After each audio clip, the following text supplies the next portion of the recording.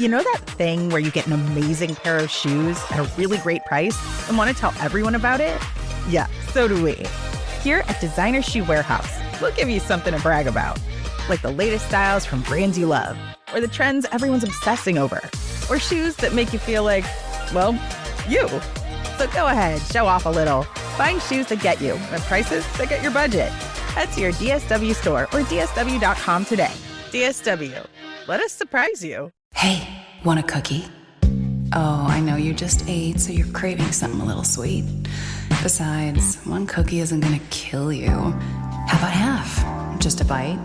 Bite it. Bite it. Bite it. Food noise isn't fair, but Mochi Health is. Your affordable GLP-1 source that puts you on a path to successful weight loss by quieting food noise. Bite it. Shh. Learn more at joinmochi.com. Mochi members have access to licensed physicians and nutritionists. Results may vary. Voices for Justice is a podcast that uses adult language and discusses sensitive and potentially triggering topics, including violence, abuse, and murder. This podcast may not be appropriate for younger audiences. All parties are innocent until proven guilty in a court of law. Some names have been changed or omitted per their request or for safety purposes. Listener discretion is advised. My name is Sarah Turney, and this is Voices for Justice. Today I'm discussing the disappearance of Evelyn Lucinda Cindy Guido, known as Cindy. On April 12, 2017, 60-year-old Cindy was reported missing from Gilbert, Arizona. No one had seen or heard from her in almost a week. According to Cindy's roommate, she was picked up on the evening of April 6th. She didn't say where she was going, but she did say that she'd be back. After months of investigating, it became clear to detectives that some of the men in her life were pointing fingers at each other. Then a search of her apartment confirmed her family's worst fears. Cindy's family reached out to me in hopes of sharing her story, generating leads, and finally getting some answers. This is the case of Cindy Guido. On April 12, 2017, Cindy Guido was reported missing by her daughter Lisa. Cindy was supposed to have heart surgery on April 13th. Lisa planned on driving her mom to the procedure, but she couldn't get a hold of her. She said she tried calling a few days earlier, but her mom didn't answer or call her back. Lisa told police that on August 14th, Cindy's roommate, 29-year-old Jonas Oswald, called her, asking if she'd seen Cindy. Lisa said she hadn't, and Jonas said he hadn't seen or heard from her since 8 days earlier on April 6th, when Cindy left their apartment. Jonas told Lisa that on that day, Cindy had a loud argument on the phone with her son Ryan, who was living with them at the time. The fight was about Ryan using Cindy's debit card without her permission. Jonas said that after the argument, around 8:30 p.m., a man wearing a blue polo shirt and khaki pants came to pick up Cindy. This is the last time Jonas says he saw her. Lisa explained to Officer Richard Templeton from the Gilbert PD that Cindy didn't have a car or know how to drive. She relied on other people to give her rides, or she hired transportation services like taxis, Lyft, and Uber. She also explained that Cindy left her dog at home, and for her, this was a huge red flag. Cindy loved her dog more than anything. Lisa also told the police that she felt like she was getting conflicting information from Ryan, Jonas, and her ex-boyfriend, Michael Castor. After taking Lisa's report, the police got to work. They checked hospitals, jails, and the Maricopa County Medical Examiner's office, but there was no Cindy. Then detectives went to the apartment Cindy shared with Jonas. Now, Cindy had been living with Jonas for about 5 months after leaving her boyfriend, Michael. When detectives showed up at the apartment, Jonas and Cindy's son, Ryan, were both there. Jonas invited them in. He repeated what Lisa had already told them. He said he last saw Cindy around 8:30 p.m. on April 6 when she left the apartment. Before leaving, the detectives did do a walkthrough of the apartment. They didn't find any signs of foul play. Next, detectives contacted Cindy's ex-boyfriend, Michael. He said the last time he spoke with Cindy was on April 4th. They made plans to go to a concert together on the 8th. Michael said that he tried to call Cindy on the 6th, but her phone was turned off. On the 8th, he went to Cindy's apartment to see if she was okay and take her to the concert. She wasn't there, but her roommate Jonas and her son Ryan were. Jonas told Michael that Cindy had left a few days ago and never came back. With no sign of Cindy anywhere, detectives entered her information into NCIC. April 13th, the day Cindy was supposed to have heart surgery, came and went with no sign of her. And on the 15th, Cindy's vital medications were due to be refilled, and hadn't been. Hoping to gain more leads, detectives contacted Cindy's phone company for records. But of course, they wouldn't release them without a warrant. Detectives were told there wasn't enough evidence of criminal activity for a warrant. They even went back and tried to narrow the scope of the ask, but they were denied again. They also tried to get warrants for Cindy's bank records and social media accounts, but they were told again that there just wasn't enough evidence. So detectives just kind of monitored her social media, but she wasn't posting anything. They even tried to message Cindy, saying they were concerned about her dog, but there was no response. At this point, one of the biggest leads in the case is obviously trying to figure out who allegedly picked up Cindy that night. Who was the man in the blue polo and khaki pants? Investigators contacted local taxi companies, Uber, Lyft, and Comtrans, as their drivers actually wear a blue polo as a part of their uniform. But none of these services had any record of driving Cindy during the time frame she went missing. So they went down the list of the people who last saw Cindy. Detectives wanted to interview her son Ryan, but they couldn't get a hold of him. Next, they talked to Lisa's other daughter, Carrie. She said that out of Cindy's 4 children, she was closest to their mom. They talked almost every day. Carrie told detectives that the last time she talked to her mom, she was happy. She was planning on moving to a new place. She mentioned that this was a positive change for Cindy, because she said that she didn't feel safe with her current roommate, Jonas. Carrie says the last time she had contact with her mom was on April 5th. That day, her mom left a voicemail about her upcoming surgery. After that, Carrie tried to call Cindy again, but her phone went to voicemail every time. Carrie said she was worried because her mom wasn't known to just disappear without a trace of where she went. Carrie told detectives that her sister Lisa had a conversation with Michael Castor after their mother went missing. According to Lisa, Michael claimed to have talked to Jonas about the night Cindy was last seen. Allegedly, Jonas told Michael he gave her $1,500 to have sex with him before she left in a taxi. But Michael would also say that Jonas told him it was the other way around, that Cindy propositioned Jonas. Obviously, this was a red flag for investigators that something was just off. And Cindy's daughter Carrie also said she had a hard time believing this story. She pointed out that her mother was unwell, and Jonas already had a girlfriend. It just didn't make any sense to her. Next, detectives spoke with Cindy's daughter Lisa again. She shared more details about her mom with them. She explained that Cindy had never been able to work full-time because of a disability. She made extra money selling beauty products, something she loved doing. Lisa told detectives that she was very worried about her mom's disappearance, partly because it was very unusual for her to leave her dog at home. But she also thought that Jonas, Ryan, and Michael were giving conflicting information. Again, everything just seemed off. This episode of Voices for Justice is brought to you by Quince. I've been trying to be more intentional about what I wear each day. I'm leaning into pieces that feel effortless, comfortable, and still put together, and Quince has been my go-to. The fabrics feel elevated, the fits are flattering, and everything just works without overthinking it.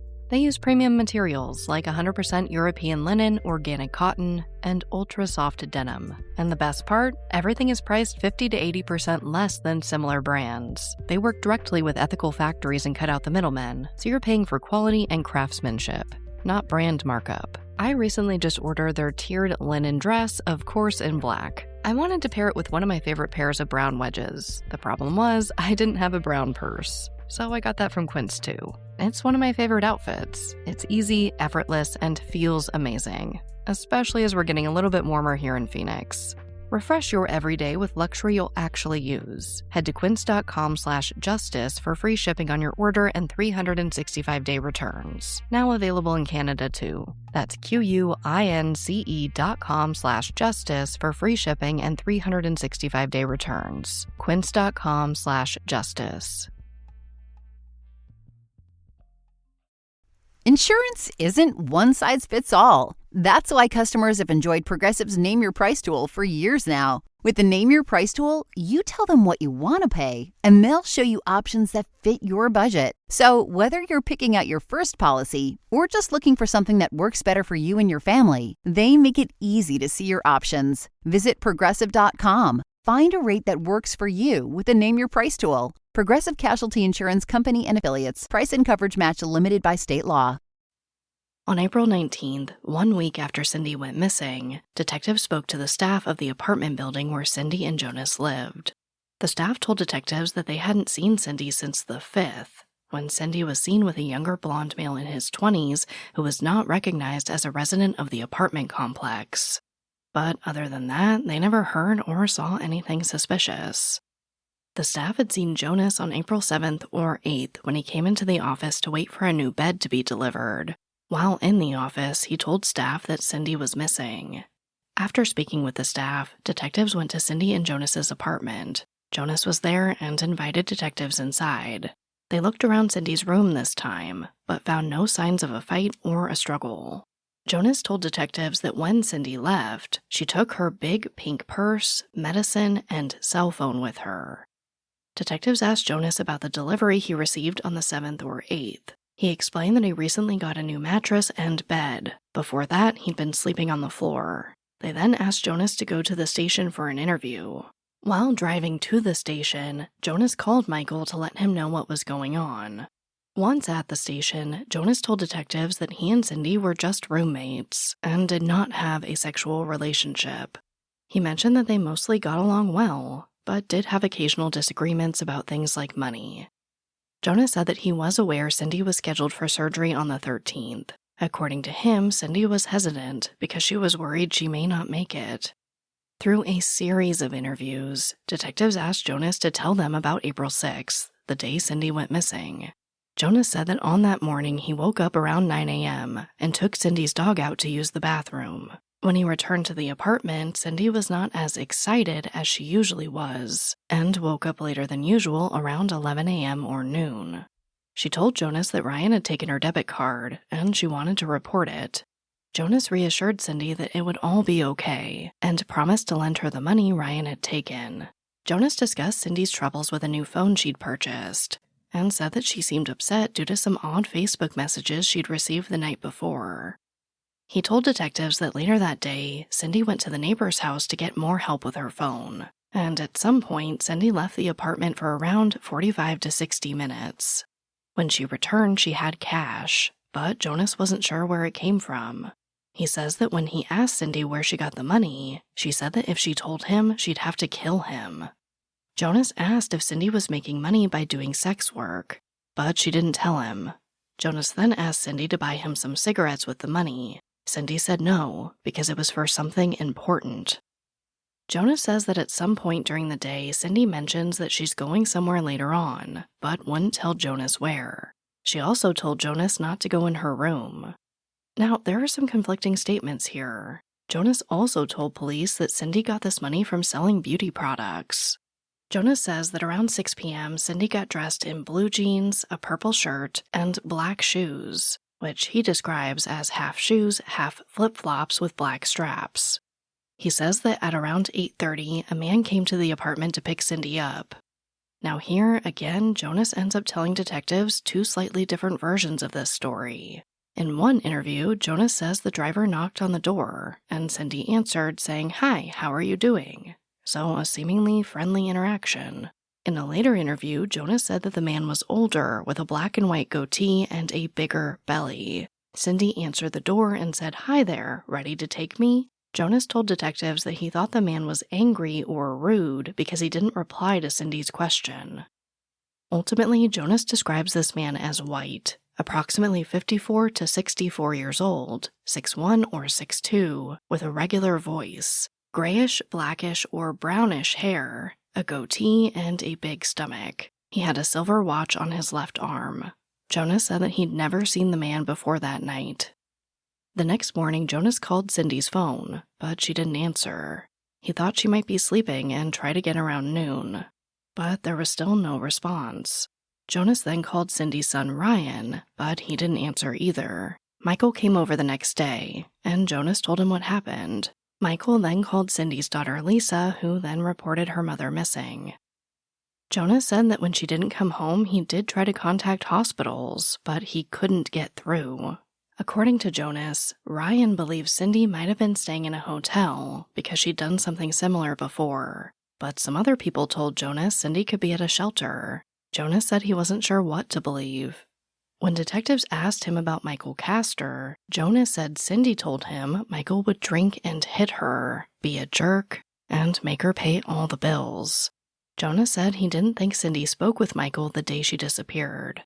Jonas mentioned that a pastor from a church claimed to have seen Cindy at a Trader Joe's a couple days after she went missing. Jonas described the church as small and white, located on Gilbert and Guadalupe roads behind a Chevron gas station. But he couldn't remember the church's name or the name of the pastor. Detectives asked Jonas if he could think of anyone who might want to hurt Cindy, but he said no. He noted that Cindy had a mostly good relationship with Ryan, even though they sometimes argued like a typical mother and son. However, in a later interview, Jonas mentioned an ex-boyfriend who had harmed Cindy in the past. He said this ex tried to kill her by throwing her up against a wall, and he ended up rupturing an organ in her chest. Jonas didn't know the ex's name or where he lived. Detectives asked Jonas if he could track Cindy's phone since she was on his phone plan, but he explained that he couldn't because his phone had recently been stolen and he had to cancel the entire phone line. Jonas said Michael helped him get a new phone through a different phone company. Next, detectives go back to Michael Castor again. But just like with Jonas, I'm going to summarize what he said throughout a variety of interviews. Otherwise, it can be very confusing. Michael said he believed counselors made Cindy leave him back in December 2016. He thought they convinced her that he wanted to harm her.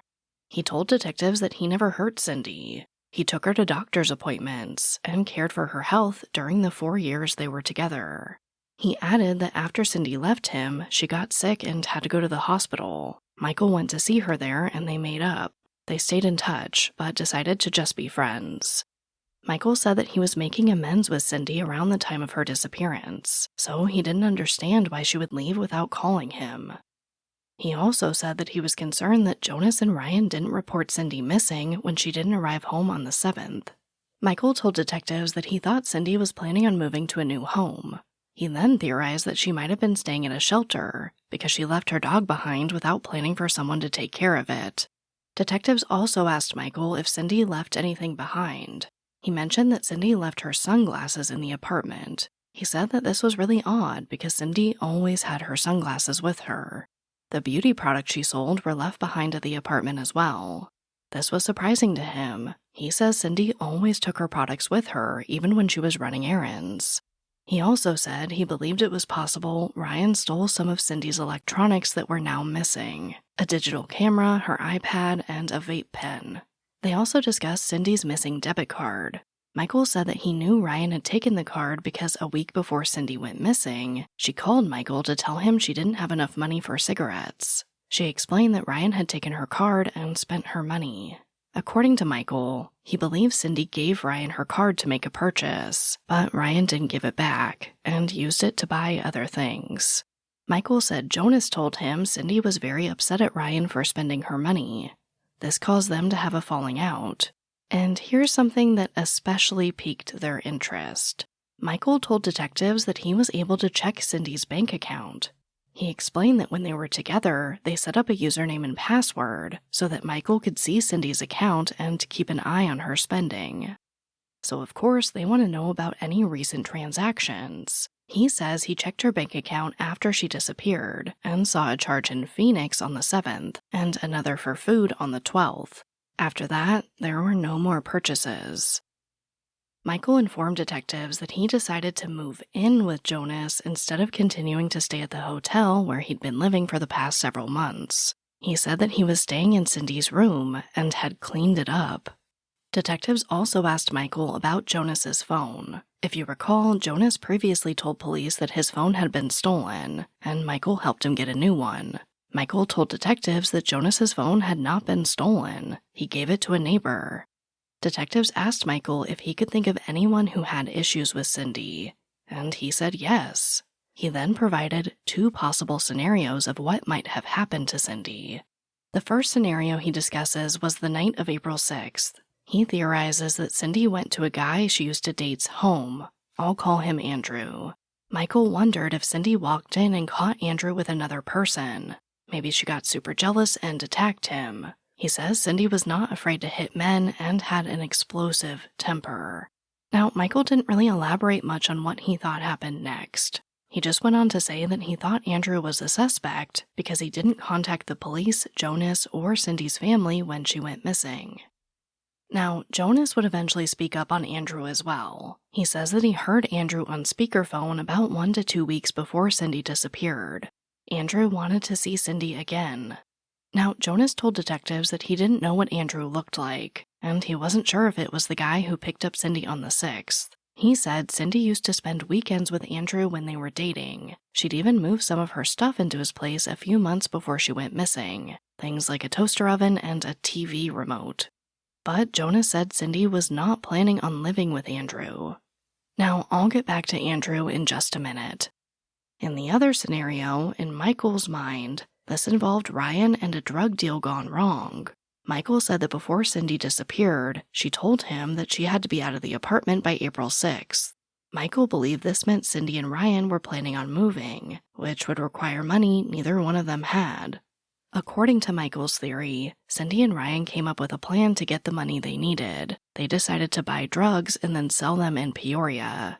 Michael thought they picked that specific area because Ryan's father lived there, and Ryan would often stay with him if he wasn't at Cindy's place. Michael also told detectives that he thought Ryan was using and buying drugs from that area as well. Basically, he says that maybe on the night of April 6th, Cindy took the cash that Jonas had seen her with and met up with Ryan. They went to buy drugs with the intention of selling them, but something went wrong during the process and Cindy got into trouble. Michael told detectives that his theory that Cindy met foul play made sense because her body had not been located.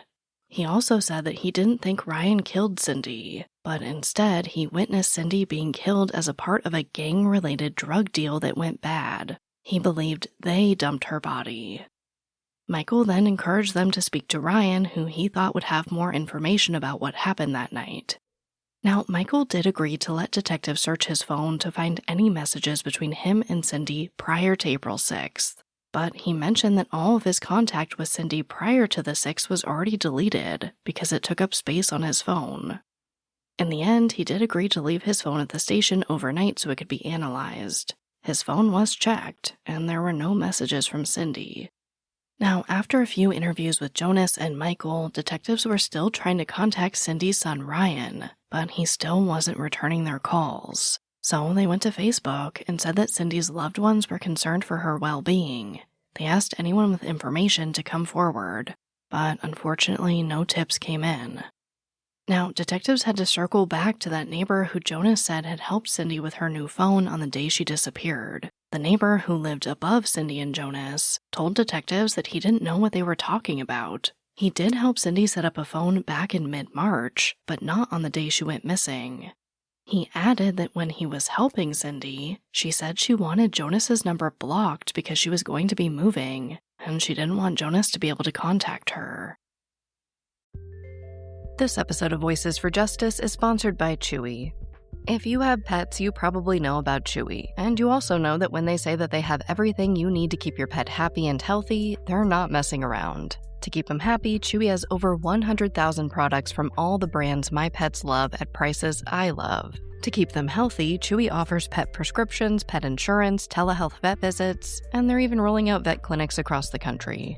I've been shopping with them for a very long time. And in addition to the auto-ship feature that gets the dog's food to them every single month, I also love to experiment with different treats. But I'm a bit picky. For me, it has to be high quality with simple ingredients. I recently picked up treats from Shepherd Boy Farms that are 100% just chicken breast. Popcorn and Heber are already obsessed.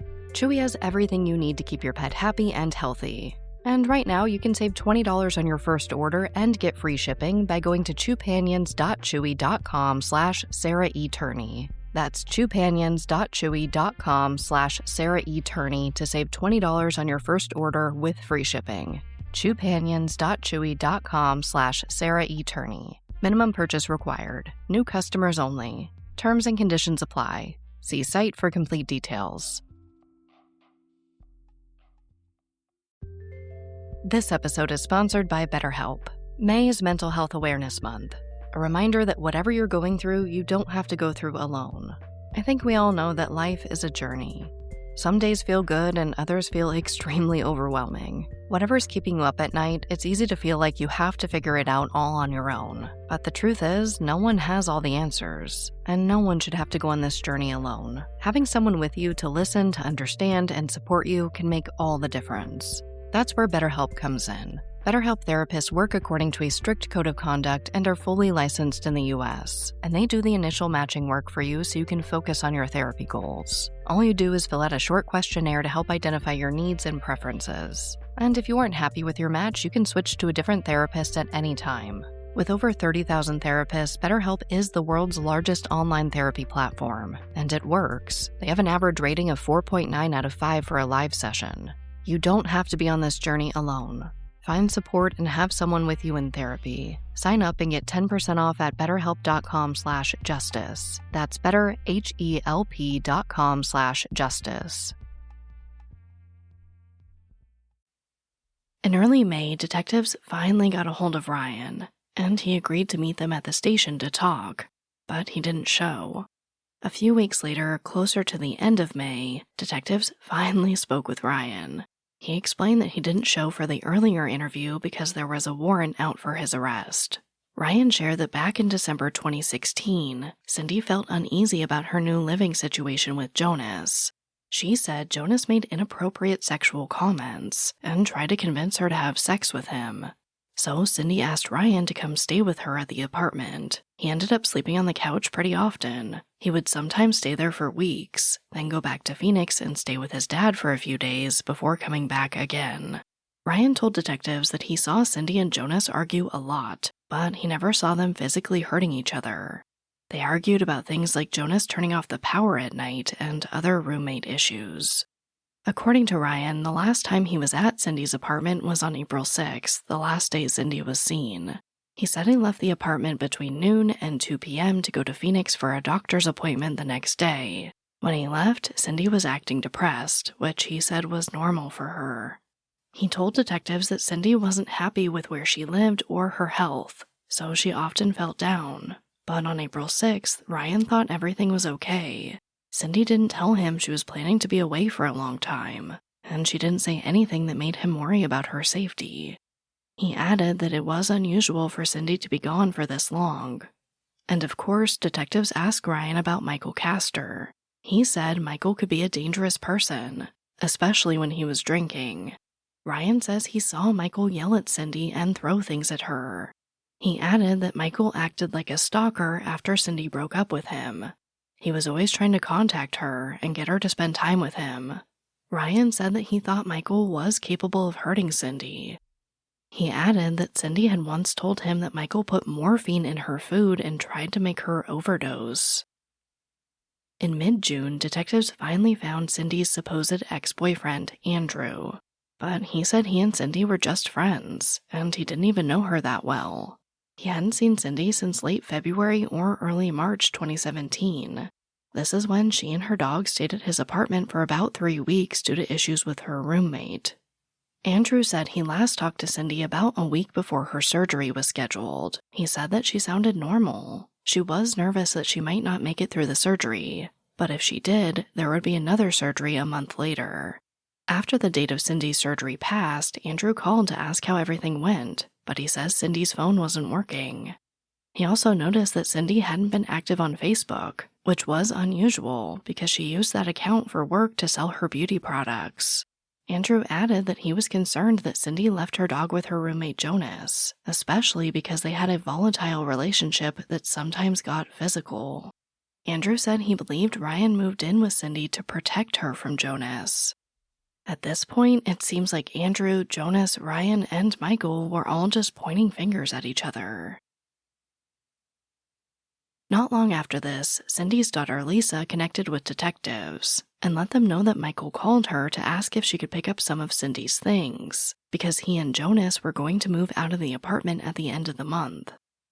Lisa said that when she went to go pick up her stuff, she got a really odd feeling from Michael and Jonas. She says both of them were hovering over her aunt, and her cousin as they tried to look through Cindy's things. Michael kept telling Lisa that some items were valuable and she should try to sell them, but then also refused to let Lisa take an expensive jacket he bought for Cindy. Lisa also said that Michael was asking a lot of questions about the status of the investigation. In fact, he was so pushy that Lisa's aunt intervened and told Michael to leave Lisa alone. Lisa also mentioned that Michael was kind of joking around the whole time, and overall just seemed really inappropriate for the situation. And good for Lisa, because she took pictures of the apartment to give to detectives, and they found something. They noticed a big pink purse on a shelf in Cindy's room. This purse matched the description of the one Jonas said Cindy took. Then, on April 2nd, detectives were informed that Jonas and Michael moved out of the apartment.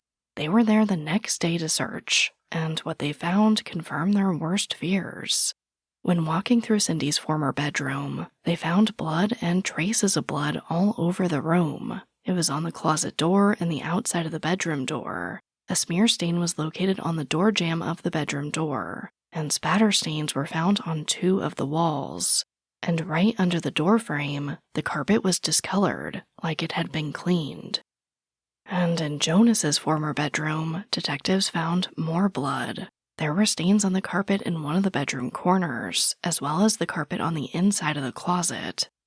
Other areas of the carpet appeared to be discolored, again like they'd been cleaned. There was a spatter stain consistent with cast-off on one wall, and just inside the bedroom door. There were additional spatter stains on the inside of the closet, and on the back side of the closet sliding door. A transfer stain was found on the same sliding door. The sinks were also tested for blood, and the bathroom sink came back positive. As they were cutting out some of the carpet to take for testing, they noticed that in some areas, blood had soaked all the way through to the underside of the carpet and onto the padding. But there was one area that really stood out. When the carpet was cut in Jonas's closet, a large oval blood stain about 3 feet long and 1.5 feet wide was found on the bottom of the carpet. The blood continued through the carpet pad and onto the subfloor. Overall, the amount of blood in the apartment told detectives that a traumatic event had occurred. What they did to your family, you're lucky to make it out alive. Streaming on Peacock. These men are going to come after me. Taking them out is my only chance. Put a bullet in her head. From the co-creator of Ozark. Looks like a family was running drugs. Execution-style killing, it's rare for the Keys. And it leads on who they might have been running for. The cartel killed my family. I'm gonna kill them. All of them. MIA. Streaming now. Only on Peacock. You tell yourself, no one wants your college-era band tees. But on Depop, people are searching for exactly what you've got. You once paid a small fortune for them at merch stands. Now, a teenager who calls them vintage will offer that same small fortune back. Sell them easily on Depop. Just snap a few photos and we'll take care of the rest. Who knew your questionable music taste would be a money-making machine? Your style can make you cash. Start selling on Depop, where taste recognizes taste. In mid-October, Lisa spoke to the East Valley Tribune. She said that she was very hopeful her mother was alive, though she did have her doubts.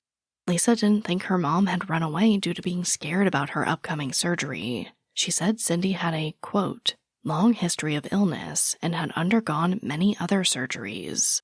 She added that her mom had no reason to leave and not tell anyone.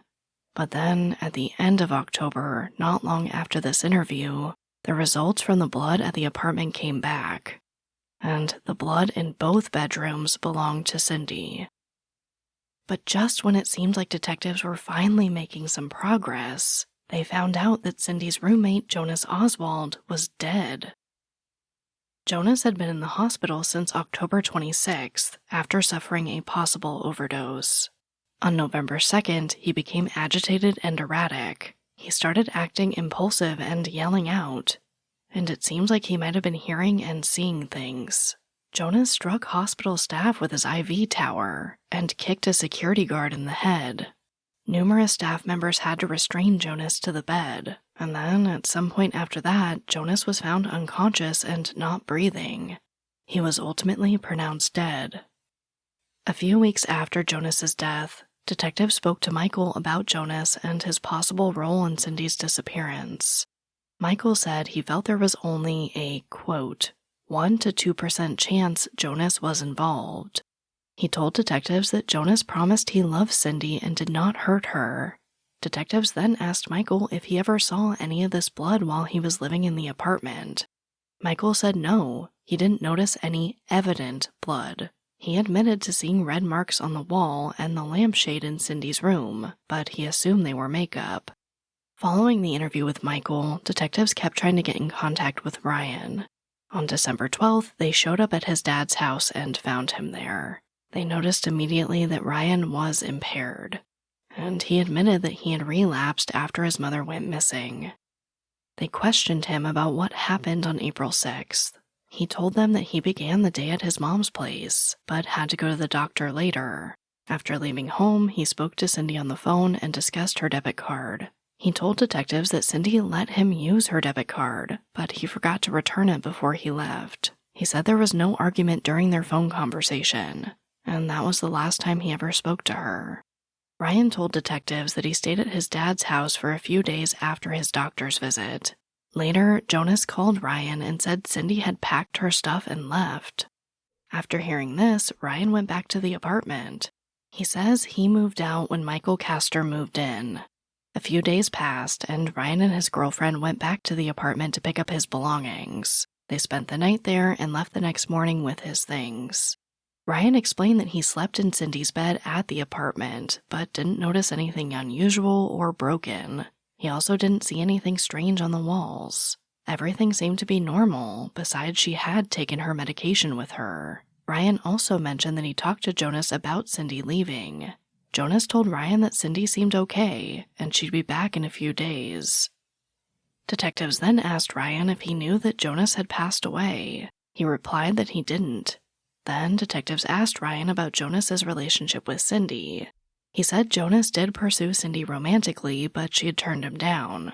Both Cindy and Jonas had told him this. Detectives asked Ryan if he noticed any behavioral issues with Jonas. He said he might have noticed some anger. He said Jonas, quote, would hear voices, and he'd say God or angels were talking to him. But when detectives pressed Ryan about Jonas's anger issues, Ryan said he, quote, never really personally saw his anger too much. Detectives then told Ryan about the blood found in the apartment, and he again stated that he never saw any blood during his stay. Now, detectives eventually showed Ryan pictures of the blood stains and asked if he knew what had caused them. Ryan stated he thought it was possible Cindy was hit with a blunt object or something similar. And outright, detectives asked Ryan if he would tell them about what happened to Cindy. He said he didn't know what happened to her, and reiterated that he was in a different city when Jonas called him and told him that Cindy packed her things and left. They also outright asked Ryan if he had anything to do with removing Cindy's body out of the apartment. Ryan again denied this, and said he didn't assist in cleaning any blood either. And they keep pressing. They asked if he had any ideas about where Cindy's body might be now, or how Jonas could have taken her body out of the apartment. He responded, quote, I don't know. It blows my mind. The only thing that possibly comes to mind is how he moved Michael in so quickly, and they seemed all buddy-buddy, and that's the only thing that I could even have thought was possible if something had happened to her.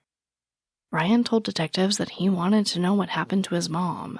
He even agreed to a polygraph test, but detectives were later unable to get in contact with him to set one up.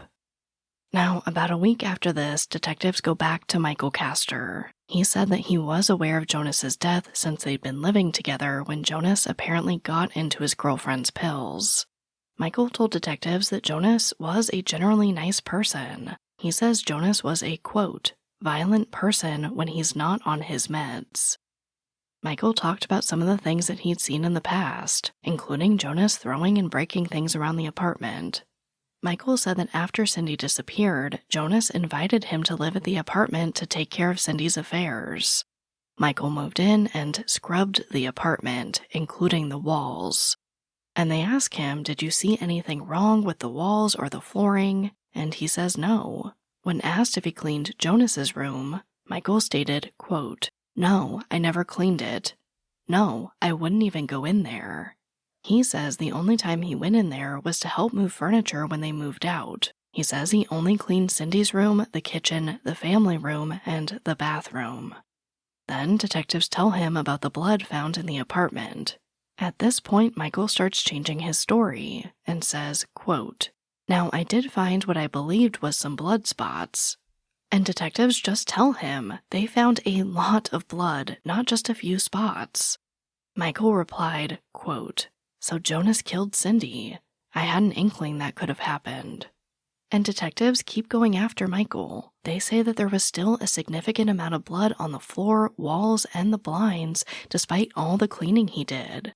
They said now was the time to tell the truth about what he knew about Cindy. But Michael said he had no idea about what happened inside the apartment. And they keep pressing. They say all that blood was confirmed to be Cindy's. And Michael says again he doesn't know. What he saw he thought was makeup. And as they keep pressing, a little bit more keeps coming out. They ask him about what he saw when he moved furniture out of Jonas's bedroom. And now Michael says he saw a big stain, about 18 inches wide.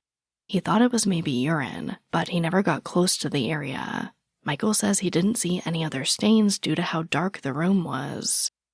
At this point, Michael asks detectives if Cindy has been found. They say no. And they ask him how Cindy could have been removed from the apartment. And Michael just blames it all on Jonas, saying that he had to have done it.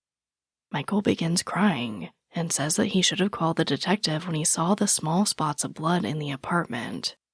Detectives explained to Michael that because he cleaned up all this blood and didn't tell anyone, the department could not continue its investigation. And Michael continues to tell them that he had nothing to do with Cindy's disappearance. He loved her. And like Ryan, detectives ask Michael if he'll take a polygraph test, and he agrees. Before the polygraph test began, detectives asked Michael if there was anything he wanted to tell them. Now he says that when he cleaned the apartment, he scrubbed the floor with hydrogen peroxide. He adds that while cleaning one spot in the living room, it bubbled. Michael says that he mentioned the spot to Jonas, but decided that maybe Cindy's dog was in heat, and Michael says that he never cleaned the carpet in Cindy's room or Jonas's room. Now, following the conversation, Michael went through the polygraph. He was asked the following questions. Do you know for sure who caused the death of Cindy? Do you know for sure who caused the death of Cindy in 2017? Do you have anything to do with Cindy's death? Michael answered no to all three questions. After the polygraph, Michael was interviewed again. Detectives told him that he had answered deceptively. When asked why the test was showing that he was deceptive, Michael said, quote, "Maybe because I feel partially responsible for what happened.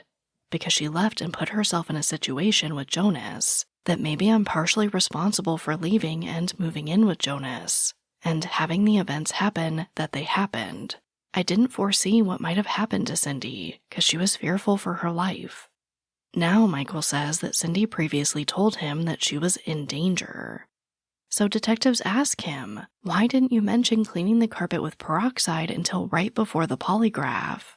And he responded, quote, "I just want you to understand, detective, that I had nothing to do with Cindy's death or her disappearance." Detectives asked Michael if Ryan killed Cindy. He said he didn't know. They followed up with a question about if Jonas killed Cindy. He again said he didn't know.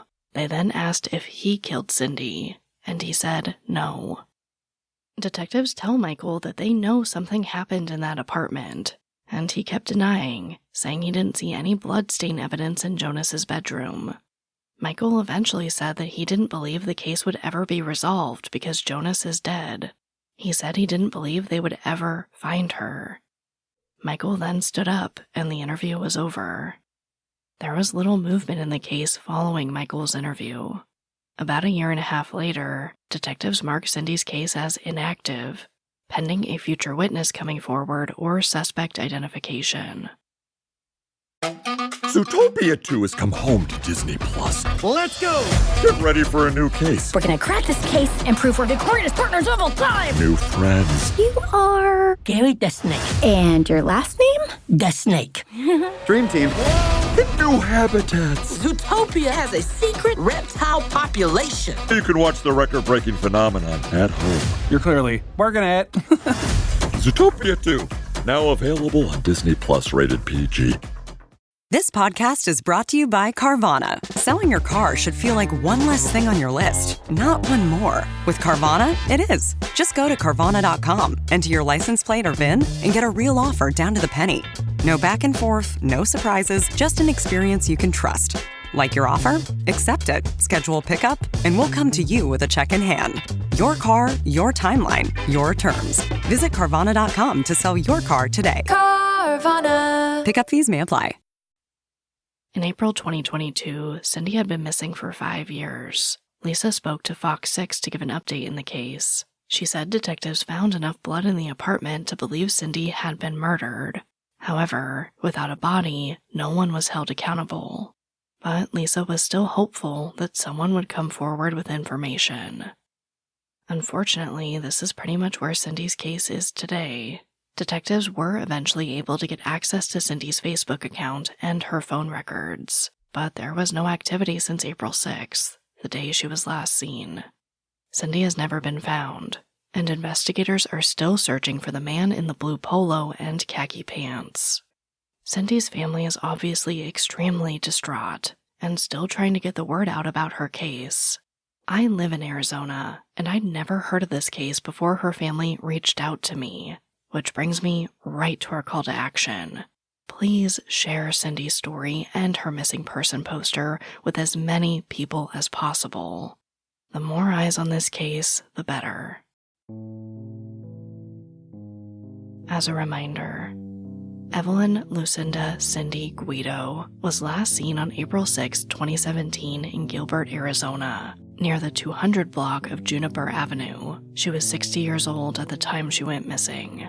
She is white, 5'4" and 115 pounds. She has brown eyes and brown shoulder-length hair. She sometimes wore blonde extensions. She has a full set of dentures, a burn scar on her left arm, and wears wire-rimmed reading glasses. Anyone with information is asked to contact the Gilbert Police Department at 480-503-6500. But, as always, thank you, I love you, and I'll talk to you next time. Voices for Justice is hosted and produced by me, Sarah Turney, and is a Voices for Justice media original. This episode contains writing and research by Haley Gray, with research assistance by Anna Laria, and editing assistance by Keith Murray. If you love what we do here, please don't forget to follow, rate, and review the show in your podcast player. It's an easy and free way to help us and help more people find these cases in need of justice.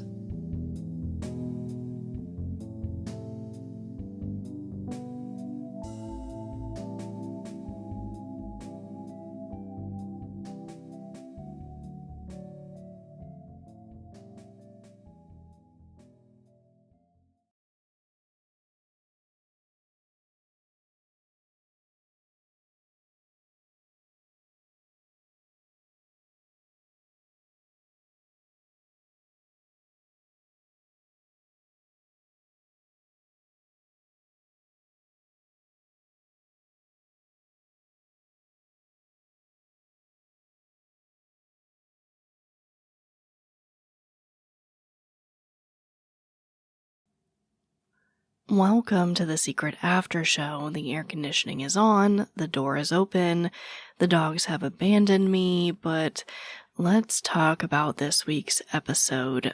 This was a very long time coming. I requested these police records months and months ago after I was contacted by a member of Cindy's family to cover this case. This is a hard one, as usual. I think they're all kind of hard ones at this point. I say it every week, it feels like. But it was hard to simplify down into kind of who said what, because this, obviously is an ongoing investigation. A lot of these interviews were done over, larger spans of time.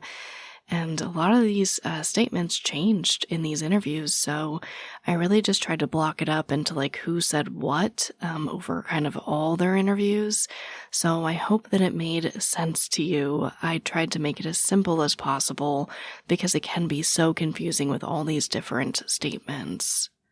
Now, please share this case. I know I say that every week, but Cindy's case in particular has very little media coverage, which is really surprising to me given how many, for lack of a better word, shocking elements there are, right?